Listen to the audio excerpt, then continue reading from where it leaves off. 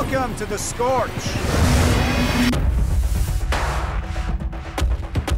There's a whole new world that we dive into. The first one we're sort of just in the glade, in the maze, and this one you kind of really see what's on the outside. We have like Jorge's lair, we have like what is the world now, which is basically a desert. This mall that we're shooting in right now is underground. It's literally just covered, buried in sand. You get to see Wicked.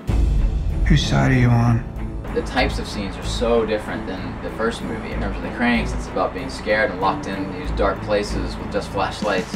And I love that kind of really raw, very real sensibility. We're not really doing a lot of movie lighting. It's just flashlights, and it just makes it terribly scary to go out into the open world, a big giant desert with sand dunes swallowing the whole world basically. And it's fun to kind of open up the movie essentially. Even though they're out of the maze, these characters are still lost. So we get to play with those ideas in a completely new kind of setting. So that's just been the most fun I think so far. It's a lot bigger.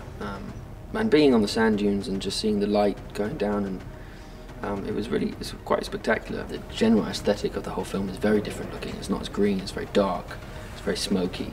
None of us in this stage know what's going on at all. Whereas in the first film, Thomas, we kind of have a rough idea of what's going on. Thomas has no idea what's going on in it. So it's a constant kind of learning process for us and the audience. We have a moment where we just acknowledge the horizon. And acknowledge this is the first time these kids are just seeing distance and openness. And I think that's really interesting this time around. We're a lot more exposed this time and it feels more vulnerable. But there's kind of more hope in that. We can keep going. There's no barrier, just a load of crazy cranks, which kind of works.